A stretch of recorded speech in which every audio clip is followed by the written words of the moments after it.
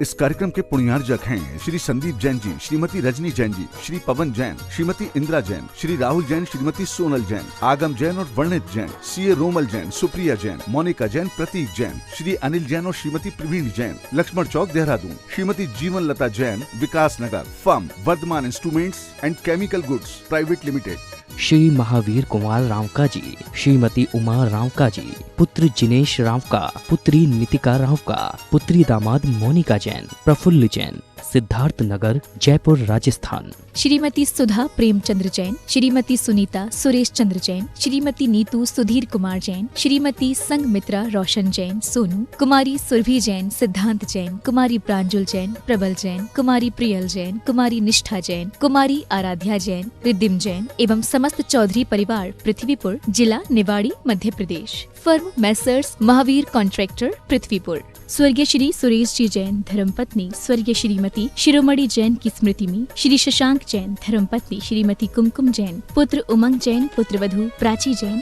पौत्र निमित्त जैन, पौत्री अक्षिता जैन, निवासी कृष्णा नगर, दिल्ली, बेटी दामाद श्री अंकुर जैन, श्रीमती मानवी जैन, नातिन स्तुति जैन, अग्रिमा जैन।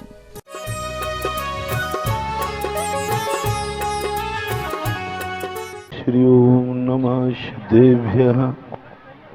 जय श्री ओम नमः सिद्धेभ्यः। जय श्री ओम नमः सिद्धेभ्यः। सर्वमंगल मांगल्यं सर्वकल्याणकारकं प्रधानं सर्वधर्माणां जैनं जयतु शासनम्। पंच परमेष्टि भगवान की आचार्य श्री गुरुवर कुंद कुंद महाराज की आचार्य श्री गुरुवर विद्यासागर महाराज की सागर जी महाराज की समस्त मुनि संघ की कुछ पाने के लिए, कुछ अपनी तरह की जिंदगी जीने के लिए, कुछ अपने तरह से हम देख सकें, हम अपने तरीके की अपनी बातें सुन सकें, हम अपनों से कुछ दो बातें कर सकें, हम अपनी इच्छानुसार मंजिल को पा सकें, हमारे जीवन की हर बागडोर हमारे हाथ में हो, ऐसी इच्छाएं प्रायः सभी की होती है और ऐसा होता भी है। मन में जो इच्छाएं होती हैं वो कभी काल्पनिक नहीं होती,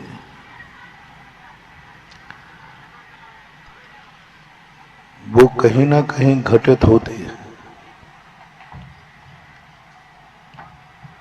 और कहीं ना कहीं किसी ना किसी के जीवन में होती है।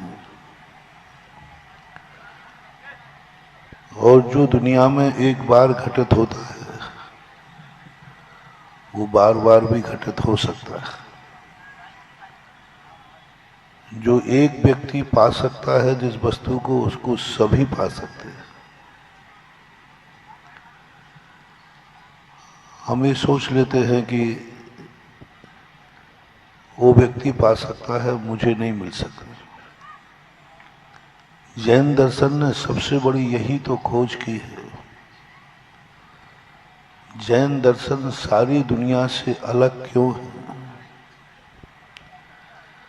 सारी दुनिया की सबसे बड़ी वैचारिक अंतर जो है, सारी दुनिया के हर दार्शनिक विचारक ये कहते हैं कि सर्वोच्च ऊंचाई एक व्यक्ति को मिल सकती है, सर्वशक्तिमान एक व्यक्ति हो सकता है, दूसरा नहीं। दूसरा सब उसके अंश हैं, अंग हैं, वे सब सेवक हैं, दास हैं, भक्त हैं। और जैन दर्शन की सबसे बड़ी खोज है, जो एक व्यक्ति यदि ऊंचाई पर पहुंच गया है तो सभी व्यक्ति पहुंच सकते हैं। एक व्यक्ति यदि सुखी है तो सभी सुखी हो सकते हैं। एक व्यक्ति यदि भगवान बना है तो जैन दर्शन घोषणा करता है, घबराओ मत, अपन सब भगवान बन सकते हैं। बस जो कार्य तुम करने जा रहे हो, तुम्हें इतना खोजना है कि तुम्हारे पहले किसी ने किया है कि नहीं।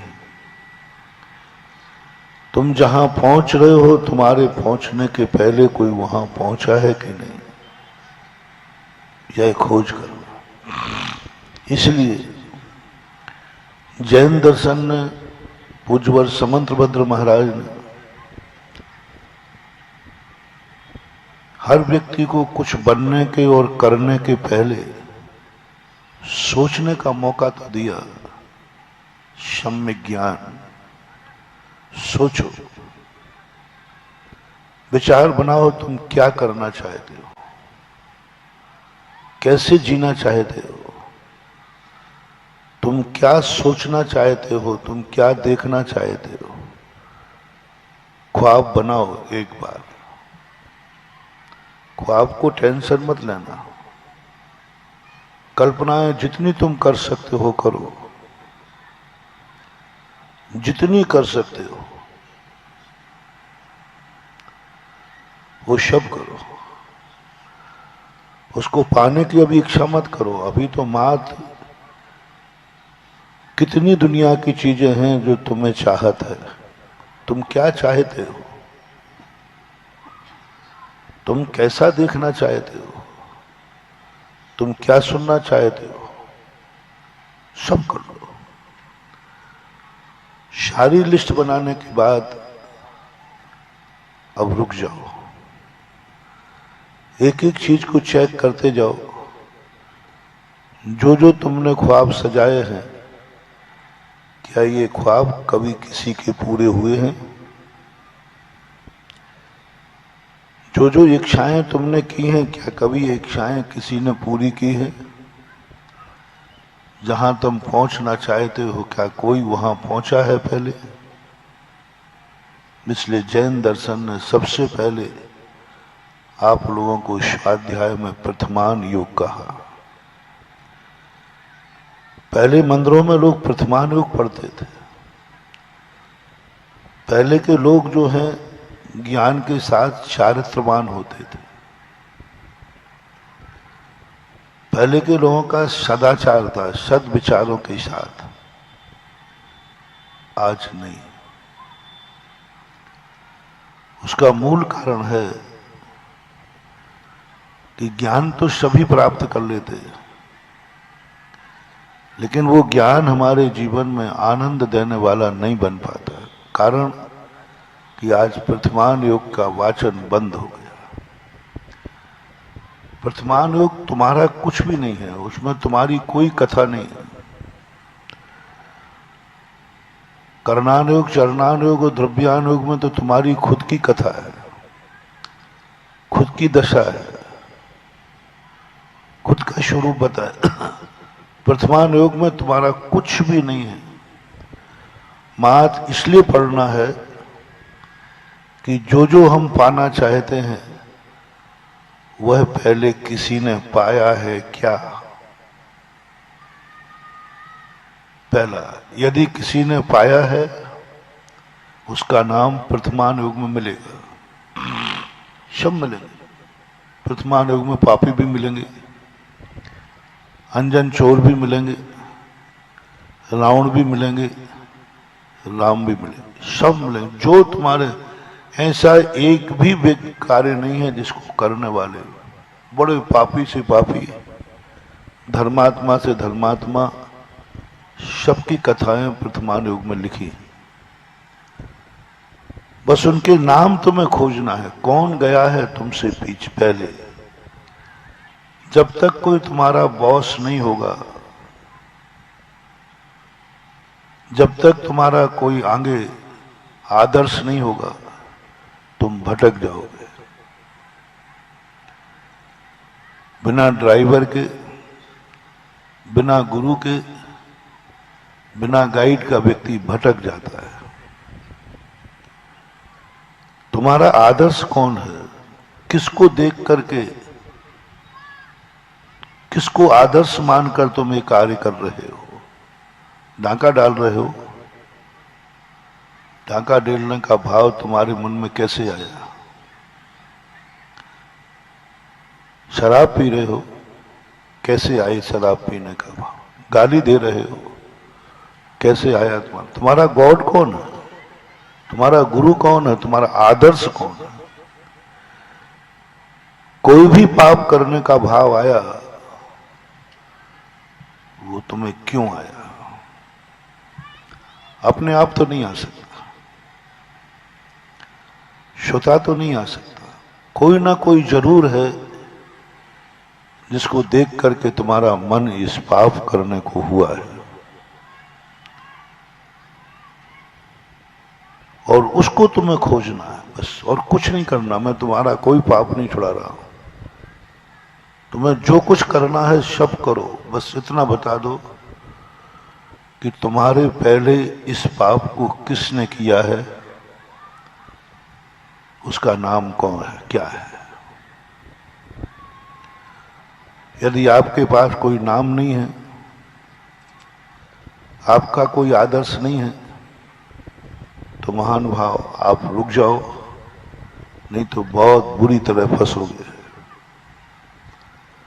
बहुत बुरी तरह फंसोगे, निकलना मुश्किल हो जाएगा। पहले उसको ढूंढो, नेता को। जब तुम्हें पता चल जाए ऐसे अच्छे कार्यों में, तुम जो कुछ भी अच्छा कार्य कर रहे हो, सबसे पहले पूछो इसके पहले किसने किया है। तुम्हारे पहले कोई मंदिर गया है क्या? उसका पता करो। तुम्हारा मंदिर जाने का मन हो रहा है, जाइए, मैं रोकूंगा नहीं, बस इतना पूछूंगा तुम्हारे पहले कोई मंदिर गया है क्या? तुम भगवान बनने चल पड़े हो, इतना ही पूछ रहा हूं, उसके पहले कोई भगवान बना है क्या? तुम मुनि बन चुके हो, बनने जा रहे हो, उसके पहले कोई मुनि बना है क्या?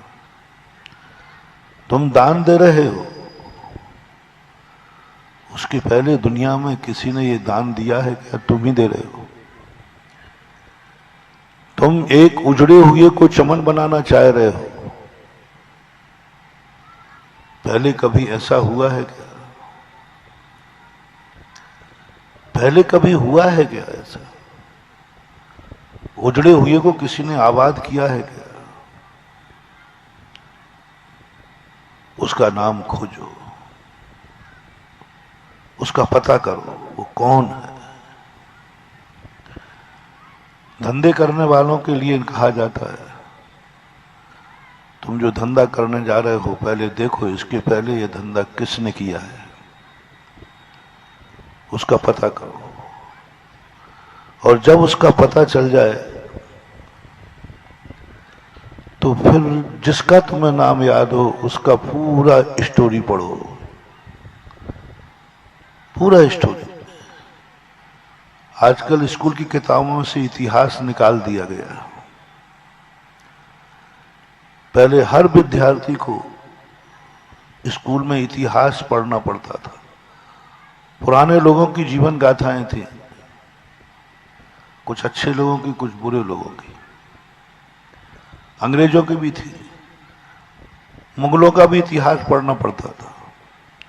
शाहजहां, नूरजहां, अकबर, इनके इतिहास में रहते थे, और वो हर विद्यार्थी को पढ़ना है, अभी इतिहास के विद्यार्थी को नहीं। जहां से बंटवारा नहीं हुआ उसके पहले 8th क्लास तक फर्स्ट से लेकर 8th तक कोई विषय का बंटवारा नहीं होता, सब कुछ पढ़ो। गणित भी पढ़ो, भूगोल भी पढ़ो, साइंस भी पढ़ो, सब पढ़ो। 8 क्लास तक कितनी बड़ी शिक्षा नीति थी। 8th क्लास तक तुम्हें सब कुछ पढ़ना है, बंटवारा नहीं करना, सब कुछ पढ़ोगे। 8th के बाद जैसे 9th में जाता था, फिर कहा जाता था अब आप विषय चयन करो, साइंस लेना है, कॉमर्स लेना है, आर्ट लेना है, बायोलॉजी लेना है, उसके बाद चयन की जाती। 8 तक नहीं। यही नीति ऋषभदेव ने कही थी सारी दुनिया से, तुम जब दुनिया में आओ कुछ करने का मोह, सब करो, सब धंधों का ज्ञान रखो, सब पढ़ाई करो, 72 कलाएं हैं, सीखो। पूज्यवर जिनसेन स्वामी ने ऋषभदेव की शिक्षा नीति में कहा, उन्होंने कहा है कि तुम सब कुछ पढ़ो। 72 कलाएं दी उन्होंने। 72 कला में एक चोर कला भी पढ़ो, धूत कला भी है, धूत कला भी पढ़ो, झूठ कला भी है, झूठ कला भी पढ़ो, मायाचारी पढ़ो, छल कपट पढ़ो, इतनी कलाएं दी हैं। उनमें 72 कलाओं में आधे से ज्यादा कलाएं जो हैं त्याज्य। मैंने जब पहली बार पढ़ा इसको, मैंने कहा प्रभु क्या सिखा रहे हो? चोरी कैसे की जाती है कला सिखा रहे, जुआ खेलना सिखा रहे। ये कोई, मैंने कहा ये तो मतलब ही नहीं, कोई अच्छी कलाएं सिखाओ। 72 कलाओं में आधे से ज्यादा कलाएं जीवन को हानिकारक है, लेकिन ऋषभदेव ने कहा पढ़ो, इनका ज्ञान करो, चोर कला पढ़ो। ये बात मुझे जब समझ में आई, जब इतिहास की किताब उठाई तो उसमें लिखा जिन्होंने हमारे भारत को खोखला किया है, भारत का जिन्होंने नाश किया है, भारत का जिन्होंने गुलाम बनाया है, उनकी जीवन सीढ़ी पर उनका जीवन पढ़ो, परिचय को। जिन्होंने नाश किया हमारे, जिन्होंने भारत को सत्य सब कुछ मिटा दिया, गुलाम बनाया, उनकी जीवन लीला, उनका परिचय, उनका जीवन क्या किया उन्होंने। अकबर के, बाबर के, हिटलर के, इनकी कथाएं थी पहले। मुझे समझ में नहीं आई, ये तो दुश्मन है, इनका नाम बच्चों को क्यों रटा रहे हो, इनका जीवन क्यों रटा रहे हो, क्यों पढ़ाई में रखा है।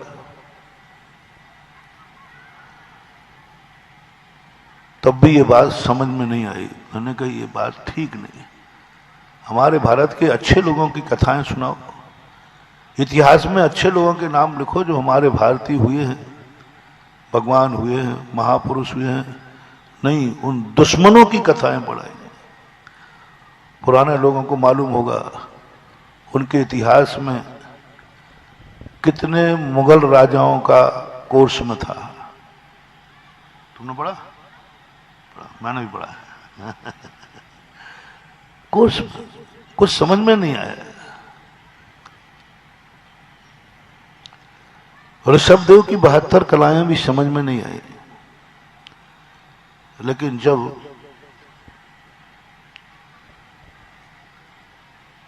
पुलिस वालों का कोर्स देखा तो पुलिस वालों के कोर्स में अपराध शास्त्र भी था, जिसे क्रिमिनोलॉजी कहते हैं। वो कोर्स में बीए के कोर्स में होता है क्रिमिनोलॉजी। अपराध शास्त्र पढ़ो, और पुलिस में ट्रेनिंग में सिखा जाता है कैसे मारना, कैसे चोरी करना। मैंने कहा यहां तो पुलिस वाला जो रक्षक है वो चोरी करना सीख रहा। वहां भी बात मुझे पूरी समझ में नहीं आई। मैंने कहा ये सब पुलिस वालों के लिए सुरक्षा करना सिखाना चाहिए तो चोरी करना सिखा रहे हैं, मर्डर करना सिखा रहे हैं, षड्यंत्र करना सिखा रहे हैं। अलवर जेल में मैं प्रवचन करने गया। मेरे पहुंचने के पहले वहां पर एक कैदी फरार हुआ था, और वो फरार हुआ जंगले के इतने छोटे हिस्से में से। मैंने कहा जेलर साहब से, मैंने कहा साहब यहां से तो जेली नहीं भाग सकता, आपको मिसगाइड किया जा रहा है। मैं खड़ा वहीं हूं, मैंने कहा नहीं जेलर साहब, इसमें से तो कोई निकल ही नहीं सकता, बच्चा ही नहीं निकल सकता, मिसगाइड हुआ है, कहीं से कुछ और हुआ है, आप गलत नहीं समझे। बोले साहब यहीं से निकला है। मैंने कहा यहां से निकल ही नहीं सकता। मैंने कहा कि मैं घोषणा करूंगा कि चोर एक बार मुझे वहां से निकल के दिखाए, उसकी चोरी माफ कर दी जाएगी, एक है, और उसको देखना है। उन्होंने कहा साहब चोर को मत बुलाओ। मैंने बहुत कहा, उन्होंने कहा महाराज जी अब आप जब भी मानोगे जब करके दिखा देंगे। तो एक पुलिस वाले को दिखाया, बुलाया, उसने कहा बाबा जी की दिखाओ चोर कैसे निकला था। वो पुलिस वाला इतनी कुशलता से उसमें से निकल गया। मैंने कहा ये कला तुम्हें? बोले तभी तो विश्वास होगा, नहीं तो विश्वास ही कौन करेगा। यदि हम पुलिस वालों को ये कला नहीं आएगी तो हम भी कह देंगे जैसे आपने कह दिया, वो यहां से भाग ही नहीं सकता है। और मुझे मालूम है कि चोर इतने से छोटे से स्थान में कैसे निकल सकता है। चोर उन स्थानों से आता है जिन स्थानों से तुम्हें पता भी नहीं होता कि यहां से भी कोई आ सकता है। और ये पुलिस को ज्ञान होना चाहिए। उस पुलिस वाले ने जो निकल के दिखाया, उस दिन मुझे समझ में आया। मैंने कहा Rishabhdev I am sorry please.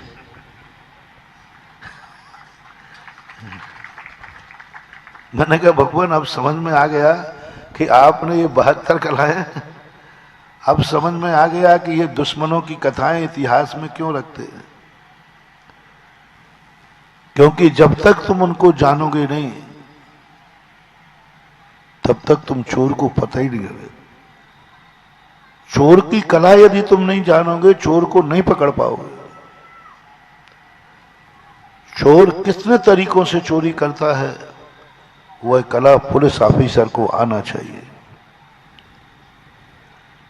धूर्त कीड़ा कितने तरीके से खिलती है, वो आना चाहिए, अन्यथा बहुत अनर्थ हो जाएगा। इसलिए कोर्स में रखा गया कि तुम सब कुछ पढ़ो 8 क्लास तक, कोई चयन नहीं, तुम्हें सब पढ़ना है। ऐसा ही हमारे मोक्ष मार्ग में कहा, तुम प्रथमान युग पढ़ो, उसमें तो गंदे लोगों की भी कथाएं आई, वो भी पढ़ना है। अंजन चोर की भी कथा पढ़ना है, शराबी की भी कथा पढ़ना है, हिंसक भी करता, मांसाहारी की कथा पढ़ना है। 5 पापों में कौन प्रसिद्ध हुआ है तुम्हें पढ़ना है। 5 धर्मों में नहीं, 5 पापों में किसने डिक्टेंशन प्राप्त किया है। हिंसा में, झूठ में, चोरी में, कुशील में, परिग्रह में। पूज्यवर समंतबद्ध महाराज ने 5 पापियों की कथाएं लिखी और जिनवाणी में लिखी, जिनको हम नमस्कार करते हैं, हम पूछते हैं, उस जिनवाणी में पापियों की कथा लिखी, सप्त विष्णुओं की कथा लिखी। बहुत बड़ा रहस्य मान। चयन बाद में करना, पहले पढ़ो। तुम्हारा पाप करने का मन हुआ है, तुम्हारे पहले वो पापी कौन है जिसको तुमने बॉस बनाओ, पापियों का बॉस बनाओ। डकैत बनना है तो डाकुओं का सरदार बनाओ, कौन है। और जिसके संबंध में आपका बॉस हो उसका पूरी जीवन शैली पढ़ो। शुरू में क्या था, कैसे आया, क्या करता है, पूरा जीवन शैली पढ़ने के बाद अंत में डिसीजन करो उसका अंत क्या हुआ है, अंत क्या हुआ है। बहुत सारे लोग मेरे से प्रश्न करते हैं, जिज्ञासा में उतने प्रश्न आते हैं, महाराज जो झूठे हैं, बेईमान हैं, पापी हैं, बेफल फूल रहे हैं, और जो धर्मात्मा हैं, ईमानदार हैं, आपके भगत हैं, वे बड़े गरीब हैं, परेशान हो रहे हैं, बहुत परेशान हो रहे हैं। मैंने कहा तुमने प्रथमा योग नहीं पढ़ा, तुमने ये तो पढ़ लिया है कि रावण अमीर था, धनवान था, राम के पास वो नहीं था जो रावण के पास था। रावण की जीवन शैली देखकर ऐसे लगता है लोगों को कि रावण बन जाए। पिक्चर में खलनायक के ठाट बाट देख के लगता है कि हीरो बनना बेकार है। पापियों के ठाट बाट होते, लगता है, मन करता है क्या ये सीधा जीवन। जिंदगी भर जितने सज्जन और सत्पुरुष हुए हैं वे सब संकटों से उनकी जिंदगी शुरू हुई है, विपदाओं से शुरू हुई है। काश श्री राम धर्मात्मा नहीं होते तो उनके जीवन में संकट नहीं आता। मात उनके जिंदगी में एक गुण नहीं होता, माता पिता की आज्ञा नहीं मानते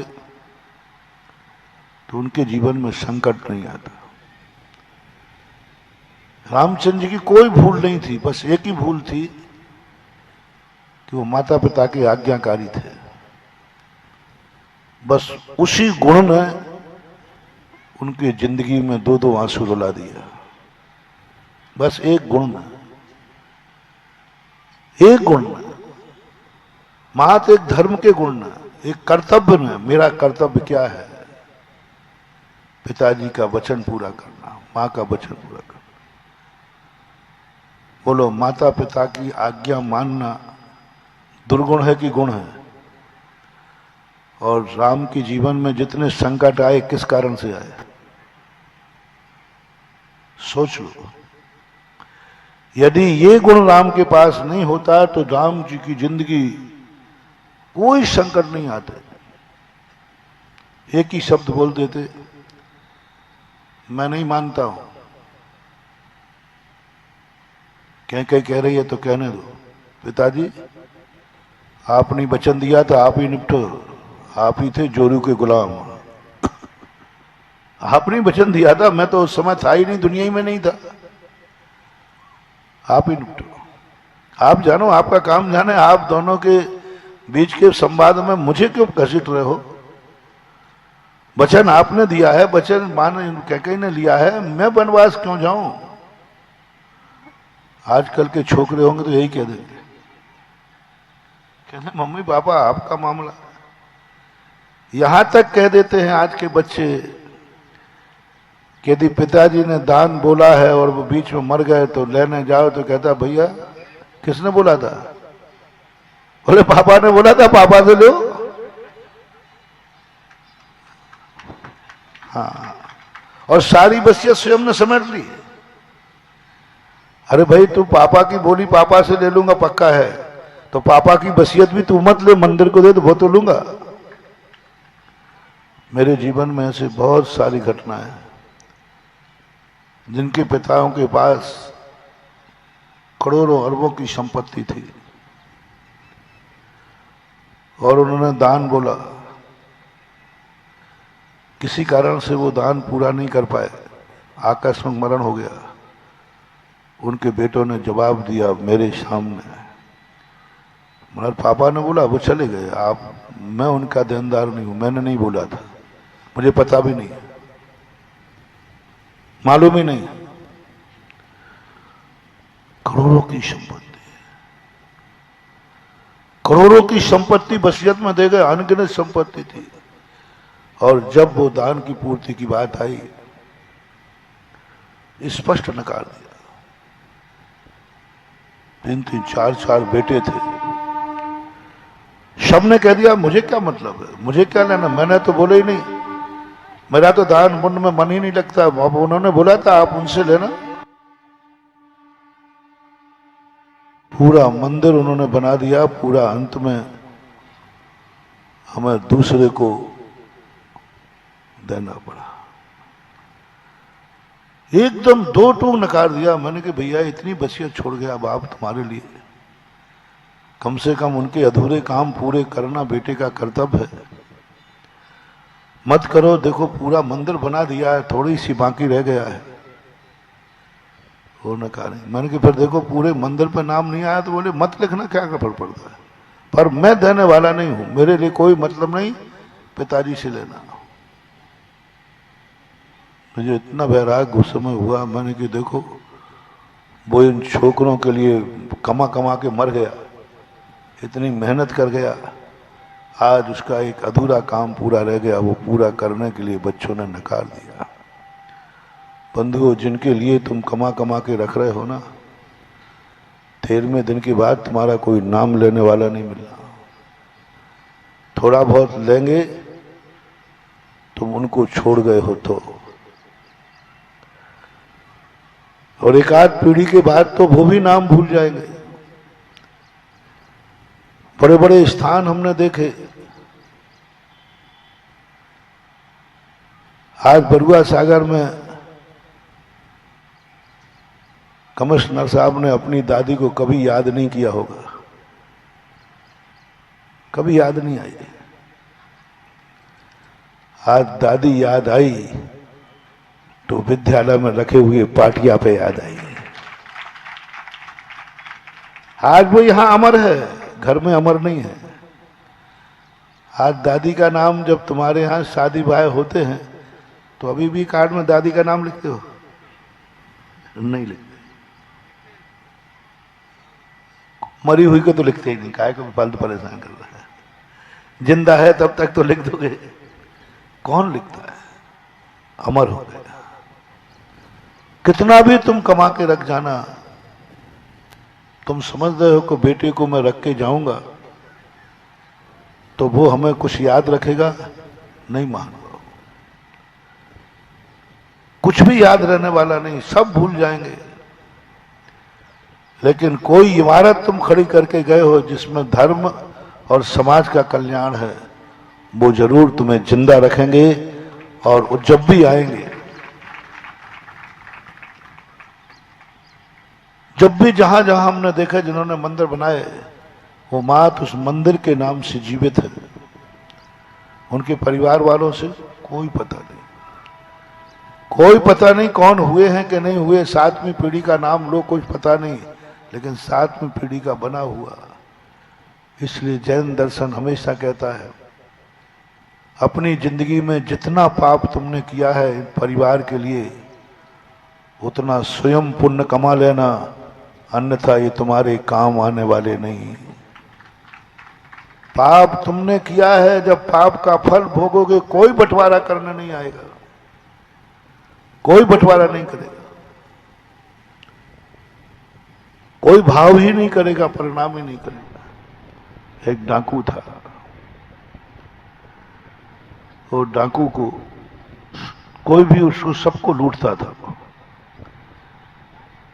एक दिन वहां से संत निकले, डाकू मिल गया। बोले डाकू भाई क्यों लूटते हो? बोले मेरा लूटना काम है, मेरा परिवार है, मेरे बच्चे हैं, मैं कुछ कर नहीं सकता, पढ़ा लिखा नहीं हूं, परिवार का पालन करना मेरा काम है। महाराज ने कहा परिवार के लिए तुम इतना पाप कर रहे हो, इस पाप का फल तुम भोगोगे तो कोई साथ नहीं दे। बोले बाबा जी आप जैसा मेरा परिवार नहीं है, हमारा परिवार मुझे बहुत चाहता है, इतना चाहता है कि हम नहीं पहुंचे तो कोई भोजन नहीं करता। हमें यदि कांटा लग जाए तो आंखों पूरे परिवार में रोना हो जाता है, सब रोते हैं, इतना चाहते हैं। हम लोगों के परिवार तो महाराज जी बहुत चाहते हैं। आप लोगों का परिवार नहीं चाहता होगा, इसलिए आप लोग बाबा जी बन गए। बोल दो आपको क्या है, बोल दो। आप लोग क्यों नहीं मरे जी, हम कैसे मरे, हमारे मम्मी पापा हैं, हमारी पत्नी है, हमारे बच्चे हैं, वो सब हमारे बिना मर जाएंगे, दुखी हो जाएंगे। जब भी कोई बात कहो तो कहता ध्यान रखना, माँ कहती बेटा तू मर गया तो मैं तो जिंदा होंगे, तेरे बिना तो मेरी जिंदगी क्या। ये कहती है माताएं बेटों से। बेटा कभी कुछ कहे ना तो बेटा अरे मर मत जाना, कुछ गड़बड़ी तो मैं तो मर जाऊंगी। पत्नी भी यही कहती, तुम्हारे बिना मेरी जिंदगी क्या, मैं मर जाऊंगी। बच्चे भी कहते, सब कहते। महाराज जी देखो, हमें परिवार हमारा इतना हमें चाहता है, इसलिए हम उनके लिए कुछ भी करने को तैयार हैं, क्योंकि वो मुझे चाहता है। जो मुझे चाहेगा मैं उसके लिए कुछ भी करना पड़े तो कर लूंगा, क्योंकि सारा परिवार मुझे चाहता है। महाराज ने बहुत समझाया तो डाकू कहता है बाबा जी हम नहीं समझते, आपसे कैसे परिवार छूट गया यही मुझे समझ में नहीं आ रहा। आपसे कैसे परिवार छोड़ दिया, लगता है कि आपका परिवार आपको चाहता नहीं होगा। आपसे कैसे मकान छूट गया, आपसे कैसे ये सारा धन दौलत छूट गया, मुझे समझ में नहीं। महाराज जी मेरा परिवार तो मुझे बहुत चाहता है। महाराज ने कहा ये ऐसे नहीं मानेगा, ये लगता है बरुआ सागर का है, ऐसे मानेगा नहीं है, ये साधु की बात पर जल्दी विश्वास नहीं करेगा। तो ने कहा देखो डाकू भाई, यदि आपका परिवार इतना चाहता है तो क्या मैं परीक्षा कर सकता हूं? बोले कर लीजिए साहब, मेरा परिवार मुझे इतना चाहता है। बोले बस एक काम करो, कुछ दिन तक वो उसको रख करके उसको प्राणायाम सिखा दिया, श्वास रोक करके रोकना सिखा दिया, और तू घर में जाना, पहले पेट में दर्द करना, हार्ड को पकड़ना, और एकदम चिल्ला चिल्ला करके सब आ जाएंगे तेरे, सब रोएंगे, और चिल्ला चिल्ला करके एकदम शांत हो जाना बस। ऐसी कला सिखा दी कि नाड़ी भी गायब हो जाए। कई बार ऐसी साधना होती है, डॉक्टर कह दे कि मृत घोषित हो गया, लेकिन वो नहीं होता। नाड़ी को रोक लेते हैं साधक, श्वास को रोक लेते हैं साधक, कहीं से भी सिस्टम नहीं दिखेंगे और जिंदा है। उसको सिखा दिया, वो घर जाकर थोड़ा नाटक किया और लेट गया, मर गया। अब सब चिल्ला रहे हैं। जब किसी के यहां कोई मर जाए तो रोने वालों को आप लोग बैठने जाओ, मैंने तो एक दो बार सुना है, तुम तो बार बार सुनते। जो रोता है मरने पर, जो रोता है वो कुछ ना कुछ बड़बड़ाता है, ऐसे नहीं रोता, कुछ बोलते हुए रोता है, बोलता जाता है और रोता जाता। पहले माँ को सुनना, तू ही तो मेरा दीपक था, तू ही तो मेरा लाल था, मेरा सब कुछ यही तो था, इसके बिना सब बेकार है, और ऐसा कह के रोते जाएगी। और पत्नी भी रो रही होगी तो वो बोलते अब मेरा क्या होगा, मुझे कौन पूछेगा, बच्चे सब कुछ ना कुछ बोलते हुए रोते। फिर सब रोने बैठ गए। पीछे से बाबा जी पहुंच गए कमंडल लेकर के। बोले किसी के घर में कोई अभी लेटेस्ट मरा हो घंटे आध घंटे में, तो मैं उसे जिंदा कर सकता हूँ। हमारा बेटा मर गया, यही सब कुछ था। सब बाबा जी पहुंच गए, ठीक, कोई घबरा मत, ठीक हो जाएगा। महाराज ने कमंडल में से गिलास में पानी निकाला, दवाई, बोले देखो ये तो जिंदा हो जाएगा, लेकिन जो पिएगा वो मर जाएगा, क्योंकि ये तो पी नहीं सकता क्योंकि मर गया। ये तो अब पी नहीं सकता, मर गया है, लेकिन दूसरा पी लेगा तो वो जिंदा हो जाएगा। ये सबसे पहले माँ रो रही थी, उन्होंने कहा माँ तुम पी लो। महाराज जी मैं मर जाऊंगी।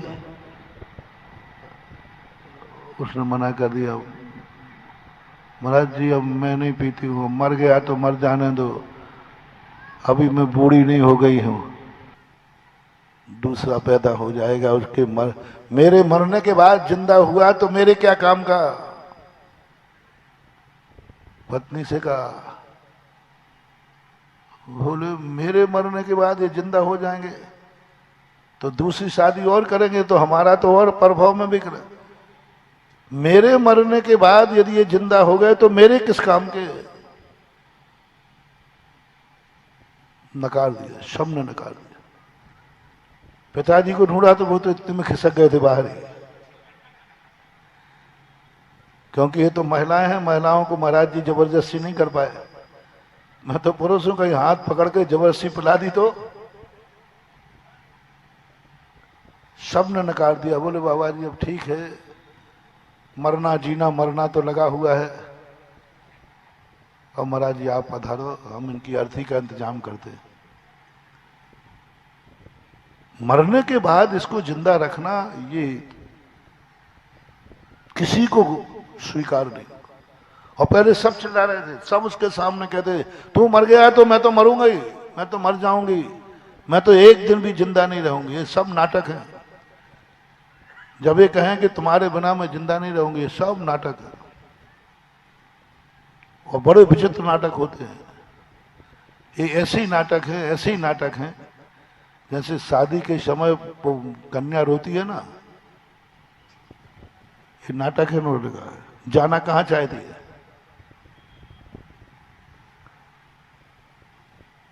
और ऊपर से दिखाती है मम्मी मैं तो छोड़ना नहीं चाहती। छोड़ना ही नहीं चाहते तो भले आदमी शादी की क्यों? चलता है, ये नाटक चलते रहते। महाराज ने कहा देखो भाई कोई तो पिएगा, दवाई निकल चुकी है कमंडल में से, पीना तो पड़ेगा। कोई तो पिएगा, किसी को तो पीना पड़ेगा। महाराज ने थोड़ा रौब दिखाया, सब दौड़ के भागे, पता नहीं किसको पिला दे। तो क्या मैं पी लूं? सबने कहा बाबा जी आपके ना गाड़ी है ना पिछाड़ी है। महाराज ने कहा अब मैं तुम्हारे बेटे को जिंदा रखने आओ, तुम सब मुझे ही मारना चाहते हो? कोई बात नहीं। गिलास बाजू में रखा, डाकू से कहा भाई उठ जा। और सब लोग कहाँ गए? वो तो सब सुन रहा था। बोले महाराज जी चलो, सब देख लिया मैंने संसार। सब सुन रहा था, वो सब सुन रहा था, देख लिया संसार। सब दौड़ के आ गए, अरे बेटा तुझे, मां आपका बेटा तो मर चुका, मैं तो अब बाबा जी का बेटा हूं, इन्होंने जिंदा किया है। सब आ गए, सब ने कहा कि नहीं यथार्थ है, हो सके तो एक आध बार ये नाटक तुम भी कर लेना, सब ओरिजिनलिटी पता चल जाएगी। अपने अपने सुख को रोवे पिता पुत्र दारा। जितना भी तुम जोड़ के रख के जा रहे हो वो तुम्हारे सामने काम आ जाएगा, तुम्हें कोई स्मृति में आ जाएगा। मत समझना, मत समझना। सब कुछ छोड़ने के बाद पाप तुमने किया है, दुर्गति तुम्हारी हुई है, कोई बंटवारा नहीं करेगा। बहुत बड़ा अनाज का व्यापारी अपने बच्चों के लिए बहुत मेहनत करता था।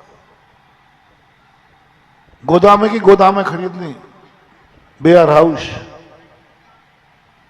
बना लिए, छल से, कपट से, मायाचारी से। अंत में वो मर गया, मर करके बकरा हुआ। और बकरे के यहां बेटे को जो भरा हुए गोदाम में मिली, वो सबसे कहता देखा मेरे पिताजी मुझे कितना चाहते थे, देखो ये सब गोदाम में वही भर के छोड़ गए, उन्हीं की देन है। और वो बकरा उसी गांव में बकरा हुआ। पूर्व संस्कार के कारण से उसने कहा मुझे भूख लगी है, मैं उसी दुकान में खाऊंगा, क्योंकि ये दुकान अपनी है, हमारे बेटे की दुकान है। दूसरी दुकान पे खाऊंगा तो कोई खाने नहीं देगा। वो पूर्व संस्कार के कारण वो बकरा वहीं गया, अनाज की ढेरी लगी हुई थी। और बेटा बेच रहा था अनार, और सबसे कहता मालूम ये सब पिताजी का है, बहुत चाहते थे। और जैसे ही बकरे ने मुंह मारा, एक उठाकर डंडा उसको इतने जोर से मारा, बकरा मैं करके कमर टूट गई उसकी। उसी समय मुनि महाराज आहार को निकल रहे थे। मुनिराज अवध ज्ञानी थे, देख कर कहा ओहो। बेटा कहता पिताजी बेटा ये क्या कर दिया तुमने? बोले महाराज जी क्या बात करते हो, ये मेरे पापा की कमाई है, पिताजी की। वही वाली बात, ओम जय बाप देवा स्वामी गेहूं का बोरा। ऐसे खाने तो बकरों को मार डालता मैं तो, अभी मैंने ऐसी कमर तोड़ी है, मेरे पिताजी के द्वारा जोड़ी हुई संपत्ति है। महाराज मुस्कुरा गए, बोले महाराज आप मुस्कुरा रहे हो? बेटा जिस बाप ने तुम्हें जोड़ जोड़ के रखा है उसने कितनी मायाचारी की, चोखे में खोटा मिलाया, खोटे में चोखा मिलाया, कितने छल कपट करके मर करके उस पाप का परिणाम बकरा हुआ है। और आज उसी में से एक मुट्ठी दाने खाने आया और उसी की कमर तोड़ दी गई। ये तेरा पिता है, इसी तेरे लिए ये मायाचारी की इसने, तेरे लिए इतना बड़ा व्यापार बढ़ाया उसने, तेरे लिए सब कुछ किया, आज उसी की कमर तोड़ दी। बेटा कहता है पिताजी मेरे लिए इतना, अपनी इतनी बड़ी पर्याय होकर त्रियंश में बन गए मायाचारी से। माया त्रियज्ञो नश्य, परिणाम बहुत दर्दनाक था।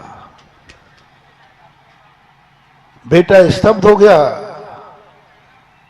वो छिपकुली भी कहीं यहीं बरगुई सागर की है, कहीं कोई मायाचारी करके बेचारी बनी है। वो कह रही महाराज जी देखो मैं भी बरगुई सागर की थी, अब आज सब लोग मेरे से डर रहे हैं। बेटे को वैराग्य आया, बोले महाराज मैंने तोड़ दी इसकी कमर, पिताजी की कमर? हाँ बेटा। अब कितना जोड़ के गया था वो, इकलौता बेटा था। और जैसे ये बेटे को पता चला कि ये मेरे पिताजी बकरा बने हुए हैं और मैंने इनकी कमर तोड़ दी, उसको इतना वैराग हुआ, वो खुली दुकान छोड़ करके घर भी नहीं गया, कुछ नहीं किया, सीधा महाराज के साथ चला गया। जिस बेटे के लिए तुमने इतना जोड़ जोड़ करके बकरे बन गए, वो संपत्ति बेटे के काम भी नहीं आई। और बेटे ने कहा मैंने अपने पिता की, मेरे पिताजी मेरे लिए जोड़कर बकरा बने हैं, मैं भी अपने बच्चों को जोड़ूंगा तो मेरी यही दशा होगी, और चल पड़ा। इसलिए ध्यान रखना, दुनिया में जितने भी चीजें हैं, जितना पाप करो उतना पुण्य कर लिया करो, कोई काम नहीं आने वाला है। तुम कितना भी कुछ कर लेना इस संसार के लिए, सुख के सब साथी, दुख का कोई नहीं। दुख जाएगा, कोई नहीं बंटवारा करेगा, कोई नहीं कहेगा कि भाई आपने मेरे लिए किया है मैं दुख का बंटवारा करता हूं। कोई कहने वाला नहीं है, कोई समझने वाला नहीं है। सुख में बंटवारा जरूर करेंगे, दुख का बंटवारा नहीं। इसलिए जिनवाणी कहती है तुमने जितना पाप किया है उतना तुम पुण्य करो। मैं बिल्कुल तीर्थ क्षेत्र नहीं बनवाता है, गरीबों को तो बनवाते का सवाल ही नहीं उठता। बरुआ सागर थोड़ा मुझे ज्यादा समृद्ध दिखा, बस मैंने डेरा डाल दिया। मैंने कही सीधी मुझे दिख गई वो बरुआ सागर टू नरक की गुफा। हाँ मैंने एक गुफा देखी किले में, जो सीधी किले से जाकर झरने में निकलती है। मुझे बरुआ सागर से दिखी सीधी नरक की गुफा, ये सब मर करके यहां जाएंगे सीधे। अब मेरा मन में कहा कि इन्होंने मेरी आगवानी की है, मैं इनके पीछे पड़ूंगा, मैं एक को भी नरक नहीं जाने दूंगा। और मैं इतने दिन से पड़ाव डाले हूं तीर्थ बनाने के लिए नहीं, आपका उद्धार करने के लिए। नीति बताई, इसको संभालो, क्योंकि ये पाप बहुत कर रहा है। इसलिए महानुभाव, जितना जितना तुम्हारा धन बढ़े, दौलत बढ़े, हुकूमत बढ़े, शान बढ़े, तुरंत सावधान हो जाना, तुरंत धर्म बढ़ा देना। आय बढ़े, दान बढ़ा देना, मकान बने, मंदिर बना देना। यदि तुम्हारे जीवन में कोई सुरक्षा गार्ड हो तो तुम किसी की सुरक्षा कर लेना। यदि तुम्हारा ज्ञान बहुत बढ़ रहा हो तो किसी गरीब को ज्ञान दान दे देना। ज्ञान चाहिए है हर चीज के लिए। ये दान मान कोई धर्म नहीं है। दान करना ये कोई धर्म नहीं है। दान तो पाप करने के लिए जल के स्नान के समान पवित्र करता है। हम तो दान देते ही नहीं, क्योंकि हम कमाते नहीं, पाप नहीं करते, तुम करते हो। इसलिए तुमने कमा लिया है तो बिना दान दिए मत मर जाना। धन तुमने कमाया है तो दान दिए मत मरना, नहीं तो दुर्गति में मिलोगे, दुर्गति में पड़ोगे। मर गए तुम जिंदगी भर कमा कमा करके और जाकर के दुर्गति मिली। धन कोई कमाता है तो सुख के लिए कमाता है, तुम्हें तो दुख का पहाड़ टूट पड़ता है। इसलिए जब तुम्हें ऐसा लगे कि मैं समृद्ध हूं, जब ऐसा लगे कि मैं सबसे थोड़ा 2 रुपया ज्यादा कमाता हूं, आज का प्रवचन याद रखना, तुम्हारी दुर्गति की संभावना ज्यादा है। इसलिए दूसरे की बराबरी मत करना, तुम स्वयं दान देने के लिए चल पड़ना। स्वयं अपनी जिंदगी में सोचना, ये तुम्हें अमर करेगा। कितना अमर। मानस्तंभ की चर्चा आई थी एक बार। क्या चीज है मानस्तंभ? साक्षात भगवान के पहले आज तक दुनिया में कोई भगवान का दर्शन नहीं कर पाया। जो व्यक्ति मानस्तंभ के दर्शन नहीं कर सकता वो भगवान के दर्शन करने का अधिकारी नहीं। कितना ही कर लो, आज तक किसी व्यक्ति को साक्षात जिनेन्द्र देव का दर्शन, आइडेंटिटी कार्ड है मानस्तंभ, वो पास होता ना, पास, कहीं अंदर जाने का पास, नहीं जा सकता। यदि मानस्तंभ के दर्शन नहीं किए, उठा के फेंक देते हैं देव, अंधा हो जाता है व्यक्ति, अंधा हो जाता है, भगवान के दर्शन करना नहीं मिलता। मानस्तंभ जाते ही साक्षात तीर्थंकर का जिसको दर्शन करना है, पहले मानस्तंभ को नमोस्तु करना ही पड़ेगा। बिना मानस्तंभ के दर्शन किए साक्षात तीर्थंकर का दर्शन चौथे काल में, जब भगवान ऋषभदेव थे, महावीर स्वामी थे, महावीर स्वामी के दर्शन करने इंद्रभूति आया। बहुत अक्कड़ था, वह कहता मैं किसी को नमस्कार नहीं करता हूं, मैं डायरेक्ट महावीर से मिलूंगा। जैसे मानस्तंभ के सामने आया, रुक गया। देवराज इंद्र कहते हैं, इंद्रभूति भगवान तो अंदर विराजे हैं, अंदर चलो। बोले मेरे पैर कीलित हो रहे हैं, मेरे पैर नहीं उठ रहे हैं। इंद्र उनको लेने के लिए गया,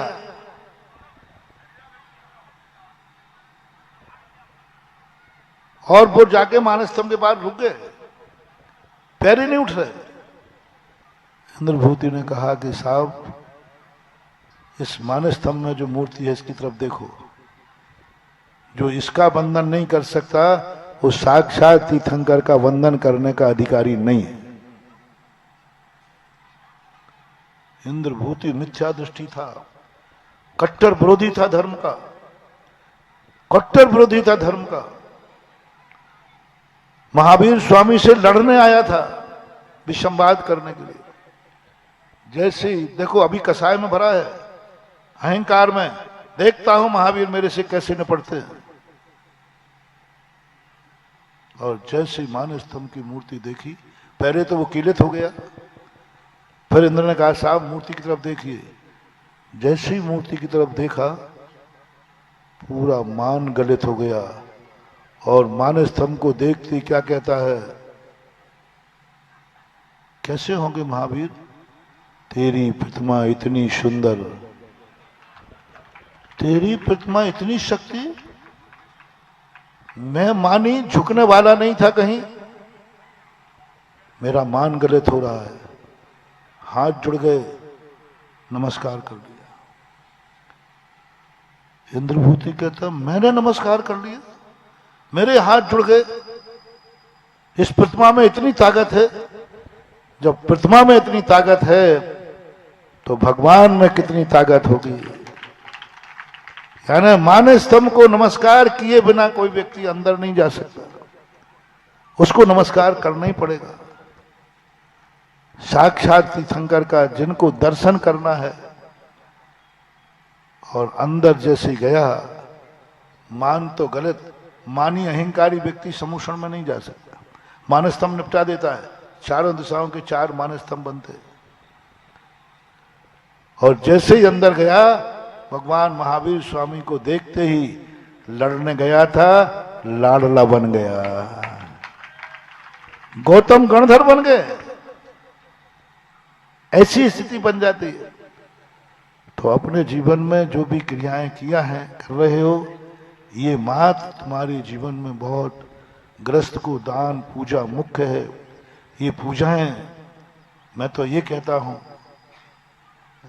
शास्त्र के अनुसार जो नगर में, किसी को बताने की जरूरत नहीं, यदि तुम मानते हो कि नगर में मैं सर्वश्रेष्ठ हूं, मेरा व्यापार सबसे अच्छा है, तो महानुभाव मरने के पहले एक विधान जरूर करना।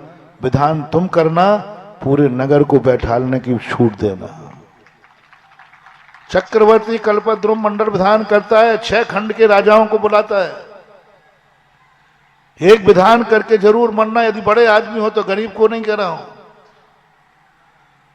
और ज्यादा बड़े हो तो मरने के पहले महाराज बन जाना। महाराज नहीं बन पाओ तो छुल्लक जी बन जाना।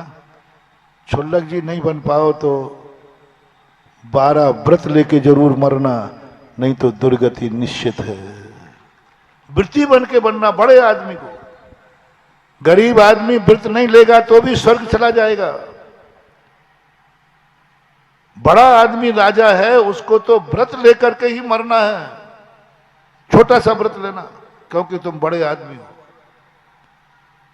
तुम्हारा व्यापार बड़ा है, तुम्हारा धन की आवक बड़ी है, इसलिए मरने के पहले भावना भाव कि मरने के पहले 1 घंटे पहले सही वृत्ति होकर के मरोगे तो ही बचा पाओगे। ये बड़ापन नहीं बचा पाए। समय आपका हो गया। महावीर भगवान की जय। जैन जी, श्रीमती रजनी जैन जी, श्री पवन जैन, श्रीमती इंद्रा जैन, श्री राहुल जैन, श्रीमती सोनल जैन, आगम जैन और वर्णित जैन, सीए रोमल जैन, सुप्रिया जैन, मोनिका जैन, प्रतीक जैन, श्री अनिल जैन और Shrimati Praveen Jain, Laxman Chowk Dehradun, Shrimati Jeevan Lata Jain, Vikas Nagar, firm Vardhman instruments and chemical goods private limited. Shri Mahavir Kumar Rawka ji, Shrimati Uma Rawka ji, पुत्र जिनेश रावका, पुत्री नितिका रावका, पुत्री दामाद मोनिका जैन, प्रफुल्ल जैन, सिद्धार्थ नगर, जयपुर, राजस्थान। श्रीमती सुधा प्रेमचंद्र जैन, श्रीमती सुनीता सुरेश चंद्र जैन, श्रीमती नीतू सुधीर कुमार जैन, श्रीमती संगमित्रा रोशन जैन सोनू, कुमारी सुरभि जैन, सिद्धांत जैन, कुमारी प्रांजुल जैन, प्रबल जैन, कुमारी प्रियल जैन, कुमारी निष्ठा जैन, कुमारी आराध्या जैन, रिद्धिम जैन एवं समस्त चौधरी परिवार, पृथ्वीपुर, जिला Niwari, Madhya Pradesh. Firm Messrs Mahavir contractor, Prithvipur. स्वर्गीय श्री सुरेश जी जैन धर्मपत्नी स्वर्गीय श्रीमती शिरोमणि जैन की स्मृति में श्री शशांक जैन धर्मपत्नी श्रीमती कुमकुम जैन, पुत्र उमंग जैन, पुत्रवधू प्राची जैन, पौत्र निमित्त जैन, पौत्री अक्षिता जैन, निवासी कृष्णा नगर, दिल्ली, बेटी दामाद श्री अंकुर जैन, श्रीमती मानवी जैन, नातिन स्तुति जैन, अग्रिमा जैन।